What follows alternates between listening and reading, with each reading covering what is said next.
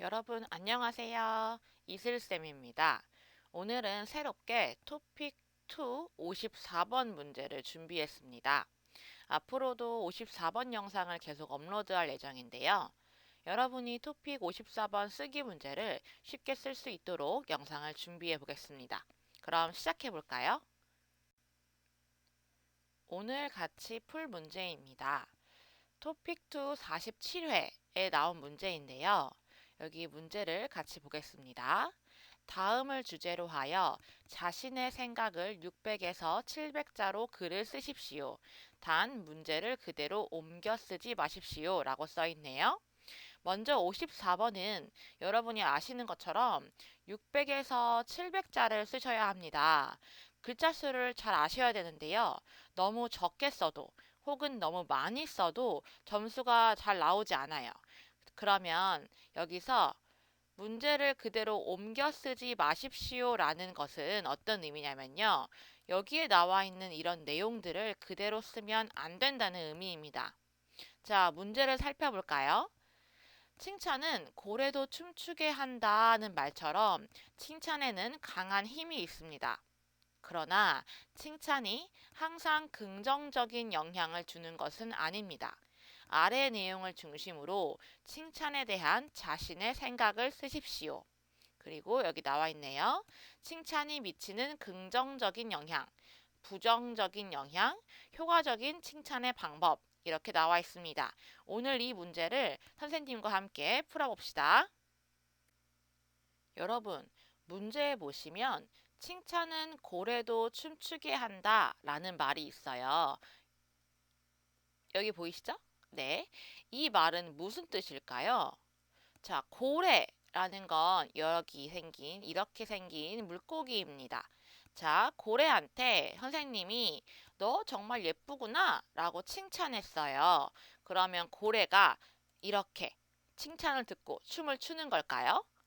그게 아니겠죠. 이 말의 뜻은 실제로 고래가 춤추는 것은 아니지만 고래도 춤을 추게 할 만큼 칭찬에는 강한 힘이 있다라는 뜻이에요. 자, 이렇게 강한 힘을 가지고 있는 칭찬이 항상 긍정적인 영향을 주는 것은 아니라고 하네요. 자, 이번 글의 주제는 칭찬이죠. 자, 칭찬에 대해서 우리가 오늘 써야 하는 것은 칭찬에 대한 긍정적인 영향, 부정적인 영향, 효과적인 칭찬의 방법, 이 세 가지입니다. 이 세 가지를 글로 쓰셔야 합니다. 54번을 쓸 때 가장 먼저 꼭 해야 하는 것이 있는데요. 그게 뭐냐면 주제에 대해서 여러분의 생각을 정리하는 것입니다. 여러분이 54번을 보고 바로 글을 써버리면 글의 전체적인 흐름이 좀 이상하거나 아니면 글을 쓰다 보면 주제에 벗어난 내용을 쓸 경우가 많아요. 그렇기 때문에 여러분이 생각을 정리한 후에 그런 다음 글을 쓰는 게 맞습니다. 자, 그럼 선생님과 함께 오늘의 주제 뭐죠? 네, 칭찬이죠. 칭찬에 대해서 생각을 한번 정리해 보겠습니다. 여러분, 여러분은 칭찬을 받으면 기분이 어때요? 선생님이 여러분한테 우와, 한국어 정말 잘해요. 오늘 한국어 너무 잘 썼어요. 라고 칭찬했어요. 그러면 여러분이 어때요? 네, 여러분의 기분이 좋죠. 맞아요. 칭찬을 받으면 기분이 좋아요. 그리고요, 선생님이 오늘 한국어 쓰기 너무 잘했어요. 라고 칭찬을 하면 마음속에 어떤 마음이 들어요? 네, 맞습니다. 한국어 더 열심히 해야지 라는 마음이 조금 생기나요? 그러면 여러분 방금 생긴 그 마음처럼 뭔가 흥미나 의욕이 생깁니다. 그런 다음에 이렇게 의욕이 생기니까 여러분이 어떻게 할까요? 더 한국어를 열심히 공부하겠죠. 그러면 한국어를 더 잘하게 되고 한국어를 잘하게 되면 자신감이 생겨요. 그리고 여러분이 이런 자신감이 생겼기 때문에 어려워했거나 혹은 지금까지 하지 못했던 분야에 대해서 도전해 볼 수 있는 용기도 생기겠죠. 이게 칭찬에 대한 긍정적인 내용입니다. 그쵸? 그런데 여러분, 선생님이 우와, 여러분 한국어를 너무 잘하네요. 이렇게 매일 칭찬을 해줘요. 그럼 어때요? 좀 여러분 선생님이 이렇게 너무 잘했어요. 여러분 너무 예뻐요. 이런 칭찬을 매일매일 듣는다고 생각하니까 조금 부담스럽죠. 자, 더 잘해야겠다라는 마음도 생기지만 조금 부담감도 생기고요. 그리고 압박감도 생깁니다. 자, 그리고 선생님이 키가 작아요. 키가 작은 걸 싫어해요. 그런데 누가 선생님한테 어머, 키가 작아서 귀엽네요 하면 선생님이 이 칭찬을 듣고 신나고 기쁠까요? 안 기쁘죠. 오히려 어쩌면 상처까지 받을 수 있어요. 여기까지가 이러한 내용들이 칭찬의 안 좋은 점입니다. 이렇게 생각을 정리한 내용을 가지고 글을 한번 써볼게요. 이렇게 생각이 정리가 되면 글 쓰는 거는 쉬워집니다. 여러분이 토픽 54번 글을 쓸 때 꼭 기억해야 하는 것은 어떤 주제든 상관없이 항상 서론, 본론, 결론이라는 글의 모습을 갖춰야 한다는 점이에요. 서론은 글의 시작이고요. 본론은 글의 핵심 내용, 결론은 글의 마지막입니다. 자, 오늘 여러분에게 소개할 글의 구성입니다. 이건 일반적으로 한국어 글쓰기를 할 때 많이 나오는 글의 형태, 글의 모습 중에 하나예요. 서론은요, 주제에 대한 소개가 나오고, 주제에 대한 일반적인 사람들의 생각이 나와요. 그런 다음 본론에는 일반적인 생각과 다르게 다른 측면의 주장을 써줍니다. 본론이 다른 측면의 주장이니까 이게 중요하다는 거겠죠. 그런 다음에 3번은 결론에서는 해결 방안이 나오는 글의 구성인데요. 오늘의 주제가 이와 같은 글의 구성과 마찬가지로 똑같이 써져야 하는 글이에요.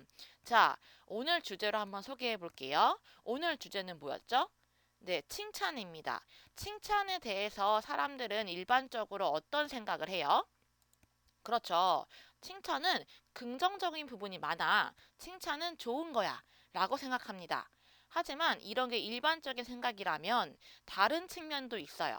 무엇이냐면 칭찬은 항상 긍정적인 건 아닌 것 같아 라고 생각하는 부분이죠. 즉, 본론에서 칭찬의 부정적인 측면을 알려주는 거예요. 자, 세 번째, 결론에서 그럼 해결 방안, 어떻게 이 문제를 해결할 수 있지? 했을 때, 그렇다면 효과적으로 칭찬을 하려면 어떻게 해야 될까를 마지막 결론으로 쓰면 됩니다.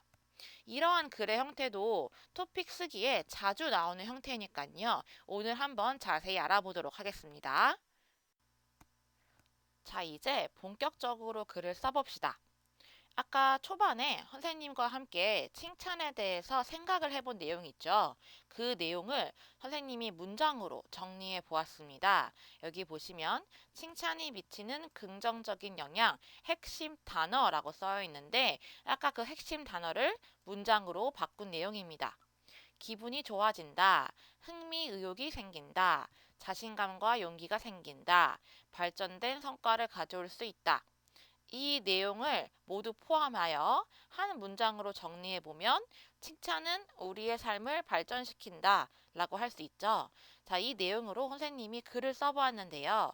자, 기분이 좋아진다는 여기, 의욕이 생긴다 여기, 그리고 자신감과 발전된 성과 여기, 그리고 삶을 발전시킨다는 마지막 이렇게 나와 있습니다. 선생님이 쓴 문장을 여러분이 보시면서 한번 확인해 보시기 바랍니다. 두 번째 문단입니다. 두 번째 문단부터는 본론이라고 할 수 있죠.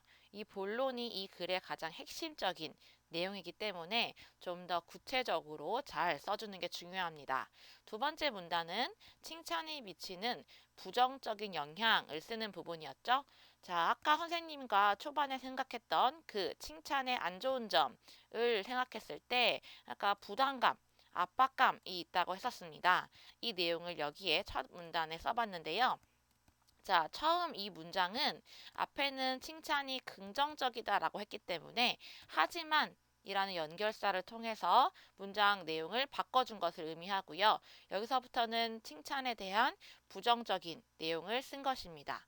자, 다음으로요. 본론의 내용을 계속해서 쓰는 내용이고요. 아까와 이어서 쓰는 내용입니다.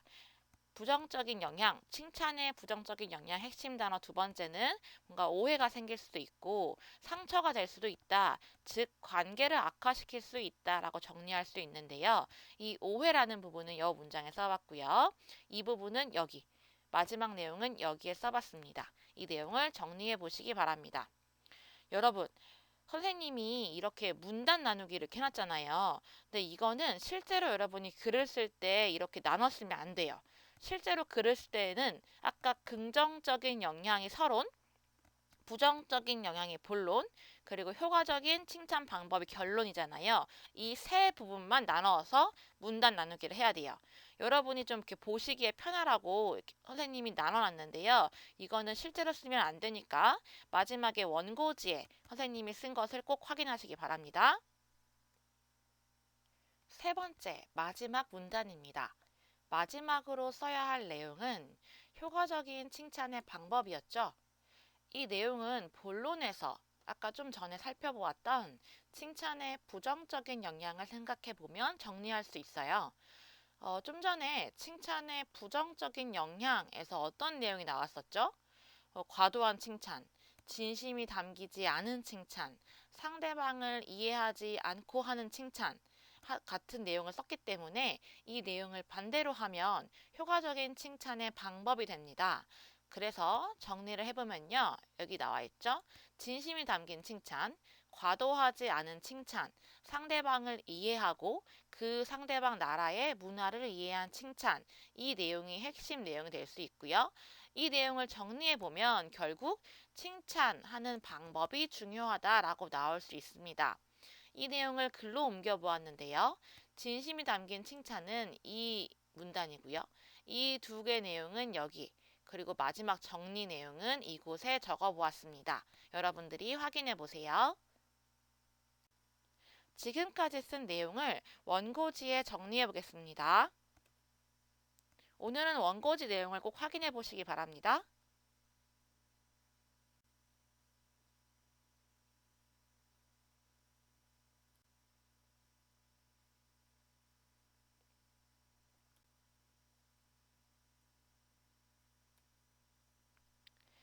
여러분, 오늘 선생님과 토픽 54번을 공부해 봤는데 어땠나요? 좀 어려웠나요? 쉬웠나요? 여러분이 꼭 토픽 5급 혹은 6급까지 받을 수 있도록 선생님이 이 영상을 통해서 54번을 쉽게 쓰는 방법들을 알려주려고 합니다. 한국어 공부가 좀 어렵지만 여러분 모두 힘내세요. 오늘도 시청해 주셔서 감사합니다.